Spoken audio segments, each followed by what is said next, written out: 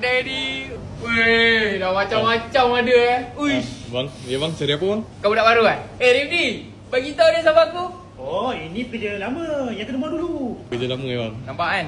Aku dulu bukan kena buang. Dia tak tahu cerita sangat pun. Aku saja nak bagi peluang orang lain bekerja. Kau tahu sebab apa kau dapat kerja kat sini? Kenapa ya bang? Sebab aku berhenti dulu tu lah. Bang, itu ada mango dengan peach tu bang. Ya bang? Nak apa? Ki, tengok je customer tu dia nak apa? Cepat sikit. Dia nak tahu ni.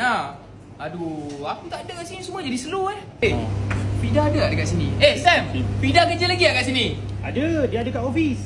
Oh ya lama kak dia kerja kat sini nanti bagi tahu dia dekat tempat parking lama tu boleh aku parking BMW aku tu. Oh, sekarang bawa BMW Tak ada, biasa je. Tapi nanti bagi tahu BMW aku tu. Bang, kenapa bang? Aku dah agak dah. Kenapa? Aku gurau-gurau dengan bos kau. Tengok dia dah buat dah. Ni idea aku lah dulu bagi kat dia. Dulu idea fresh flower pun aku ada bagi idea. Tengok dia ada buat tak? Nampak? Oh, Tengok dia buat.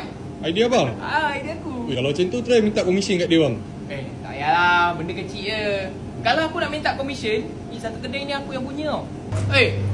Kau kerja sini lagi berhentilah, bagi online pula kerja.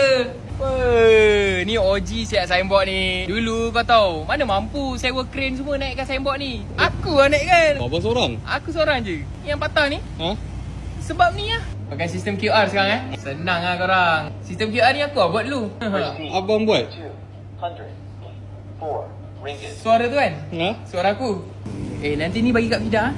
bagi kat Fida. Tak apa ni anda aku. Iki, tu lead abang tu. Alah, itu pun tak boleh. Alamak, cepat sikit. Aku tak ada kat sini kalang kabut korang Tak ada okey tak boleh nak handle macam ni. Bagi aku handle lah, senang cerita. Ada kerja kosong tak? Aku masuk aku handle.